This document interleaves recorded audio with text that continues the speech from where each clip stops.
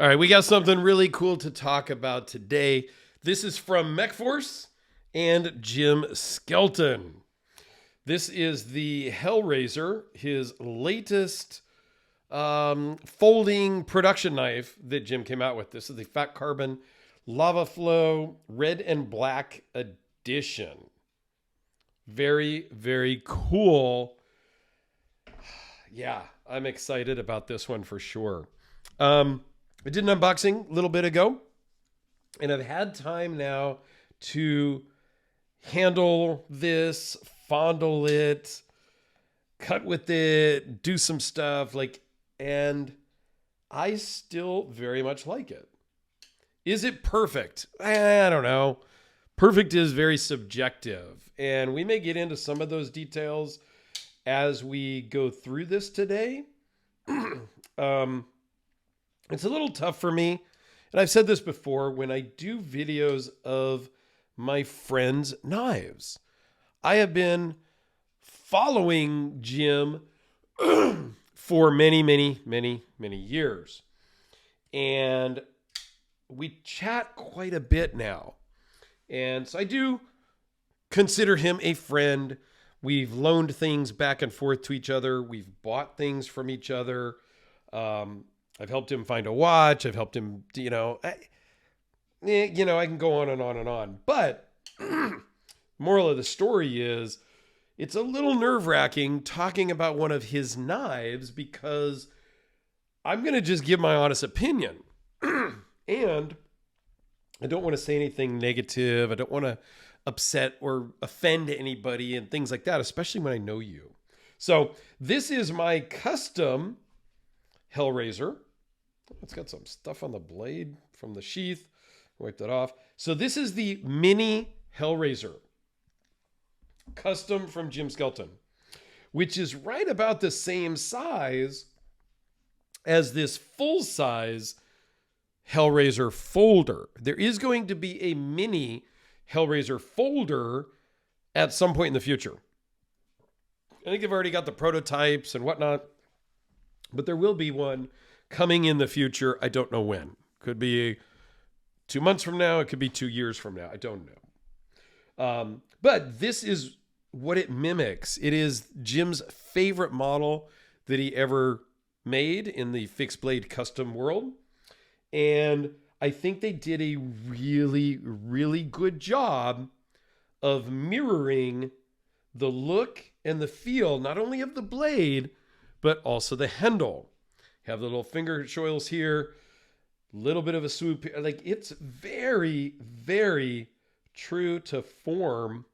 If we set them on top of each other, you can kind of see the dimensions are different, but it really lines up well on the handle. And then if we look over at the blade, again, very, very true to form. I love this little guy. It's a cool blade. I'm not a huge fixed blade guy, but I'm super excited to have that one in my collection. And he didn't make a lot of the minis. So this might be the only place you'll see a mini Hellraiser fixed blade with the full-size folder. And down the road, there will be a mini folder here in my collection as well, just because that's the kind of guy I am. So let's set that off to the side. Talk a little bit about it. This might be, Jim is touting it as the best folder he's ever produced, even though he doesn't produce them. And I would tend to agree. It is probably the best one that I have handled of his folders. Maybe I've handled them all. I don't really remember. There was the Caladan, the Scaphoid, the Hellfire Large, I think I've handled. I think the Hellfire Small is out, but I haven't handled that one. So now it's hard to say because there's been different manufacturers throughout the journey. Tuya made some, somebody else made the Hellfires, and then Mechforce, based here in the United States, but really produced overseas, created this one. And I've done a few Mechforce videos in the past, and I've always kind of liked them. The build quality is very high.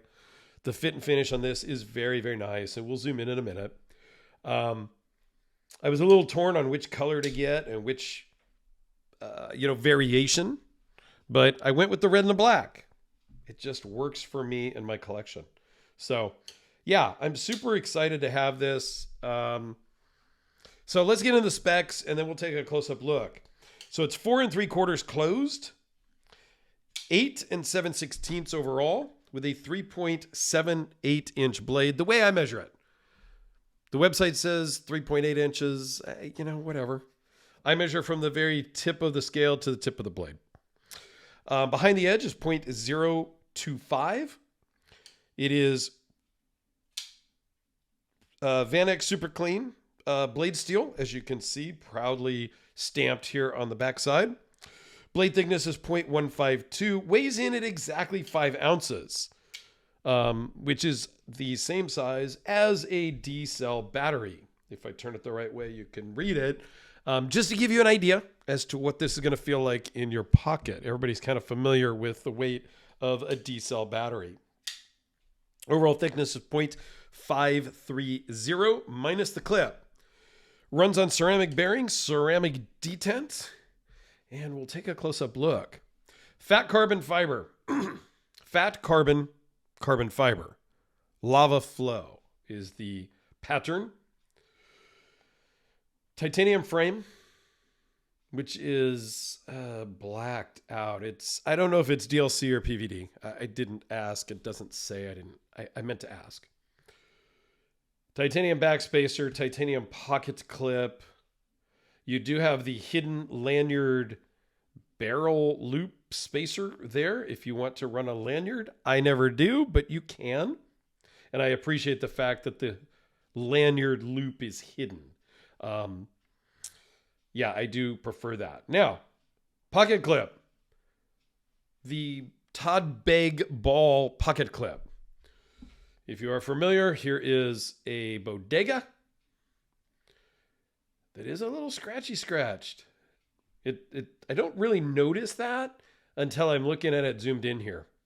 What that comes from, I guarantee that's from my own pockets probably, because I don't think it was this bad when I got this. That little rivet in the corner of your jeans, my pockets always wear out, and I still need to carry a knife, and so it gets all jacked up. That's right where that is. So, Jim is good friends with Todd Begg. Asked him if he could use his Begg ball design pocket clip, which is, it's actually done a little different as I looked at these closer. This one just has the ceramic ball in there. And the way Todd did it is it's a ceramic ball when it's ceramic bearings.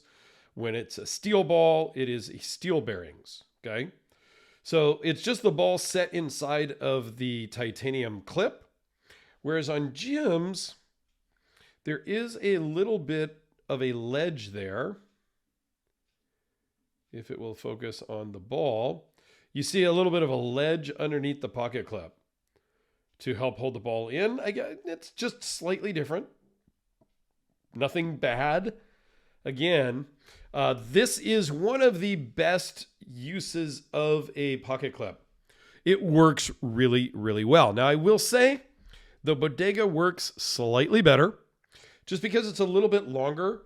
So there is a little bit more flex in the clip. So in and out of the pocket is slightly better. There's just not quite as much flex here. It still does, but it's a little tighter. I'm okay with that. And I only noticed that because I've owned so many Begg knives over the years, and I still own 4. At one point, I think I had 14, and I carried Begg knives almost all the time. So I'm really kind of sensitive and in tune with their pocket clips. Okay? What else we got on this guy? We'll take a look at this flipper tab. Works really well. It does get a little bit, for me, the way I flip, the way my finger fits on it, it does become a little uncomfortable if I am just sitting there fidgeting with my knife. Okay, I don't know what to tell you. The way it's shaped, the way it's gemmed, the way it's there, for me, it does sort of get a little uncomfortable after a few, a dozen flips or so. But that's just me. Your mileage may vary. Okay? A little bit of a something right there. I think that's just some... See if I can wipe that off. Yeah, there you go. It's all clean. Does have it's titanium frame lock. It does have a steel lock bar insert over travel stop. And then you've got the thumb studs / thumb discs. When I was watching Jim do a video kind of announcing this, promoting it, getting it out there, he referred to them as thumb discs and thumb studs in the same video. And I was a little bit like, well, that's a thumb stud. Okay. That is definitely a thumb stud to me. This is a thumb disc to me. However, it's kind of funny that I'm using this knife and this knife because they both used to belong to Jim Skelton. I didn't really plan that, but it was just the knives that happened to be here. So, traditionally, your thumb stud, you're going to push straight up and your knife is going to come out. With a thumb disc, you need to push out to the side more to fire out the blade. I have found going straight up is a little uncomfortable because you are right on that tip of that thumb stud. So going straight out, again, like the flipper tab, multiple fidgets and whatnot, might get a little uncomfortable on your thumb. However, if you come at it from the side here and use it thumb disc style out to the side, super comfortable, super fast deployment, works great. So with every knife, there are some nuances, okay? There is no lightning pockets on the inside. The carbon fiber looked good on both sides. I like the fact that he did an inlay on both sides of the knife because it just makes it look cleaner, more symmetrical, very nice, and whatnot. Okay, this is a recurve Tonto blade. Now I am a fan.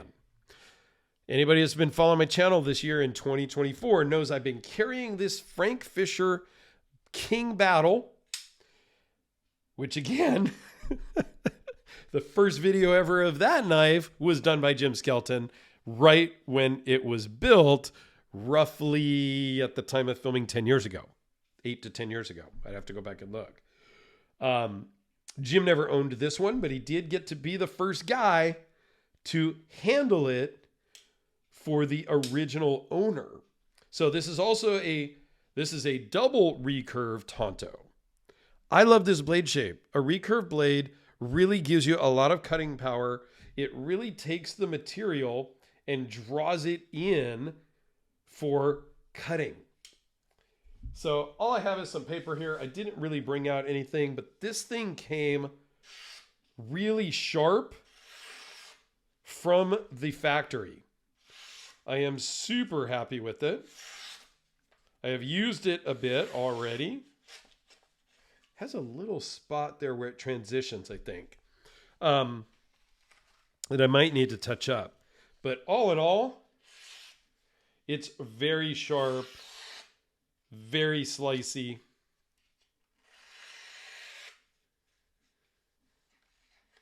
And they did a very good job with the blade edge. For sure, from the factory. It is maybe not the sharpest knife I've ever had from the factory, but it is up there for sure. So at the time of filming, I have carried this for 354 days in my pocket. It's the only knife I've carried in that time frame. It is still very sharp itself.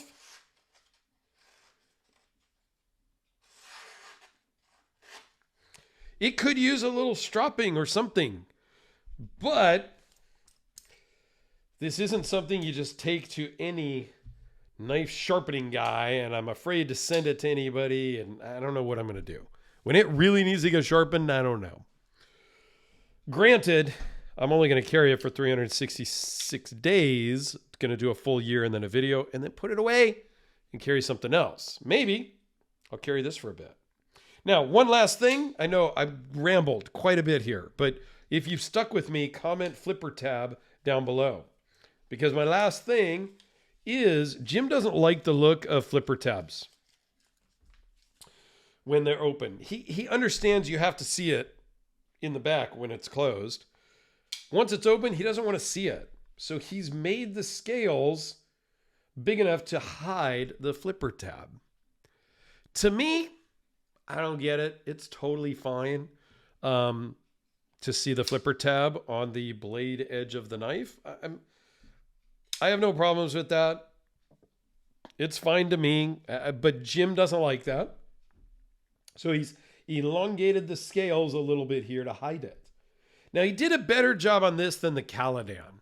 The Caladan, it was a bigger flipper tab, so this part of the scale was a little bigger, and I think this came back a little bit more. So it just was a little way more pronounced when the knife is closed. It is still a little pronounced here when the knife is closed, but it doesn't look odd. If I put it next to these other couple here, I don't think it looks odd. Frank Fisher also has a little protruding out there as well.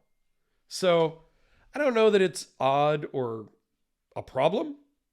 It just does hide the flipper tab when the knife is open. I can go either way. I think it looks clean with the flipper tab showing or without. But again, I am not a knife designer, and no, even though people are pressuring me, I don't think I'm ever going to be. But I think it's cool. I think all in all, this is a cool knife. They run $395 at the time of filming, and right now I believe he's doing free shipping. Although the shipping was like $10 for me or something like that. I don't know. Whatever. Because yes, I bought it. It's not a freebie. He didn't give it to me. He didn't promise. I didn't promise to say anything nice. I just, I do what I do, and people take their chances when I buy something from them or they give me something. I just tell it like it is. So, Jim, thank you for my little love note here. That was very special. I appreciate that. I did an unboxing, but let me show you what it comes in. It comes with a sticker and a plastic, I don't know, Pelican style case of some sort. And this is mostly what all of Jim's folders come in, is in a package very similar to this. So he has stayed true to that theme of packaging. So there you go. Thanks a lot, everybody. I do greatly appreciate it. Comment flipper tab down below if you've made it this far, and check out the Jim Skelton playlist or my Skelton Bladeworks playlist up in the corner, and go show them some love. In the description, I'll put a link to the website where you can buy these off of Jim's website. There are still some available at the time of filming, so you never know. I'm guessing there will be a second run of these because I think they're going to be a pretty big hit.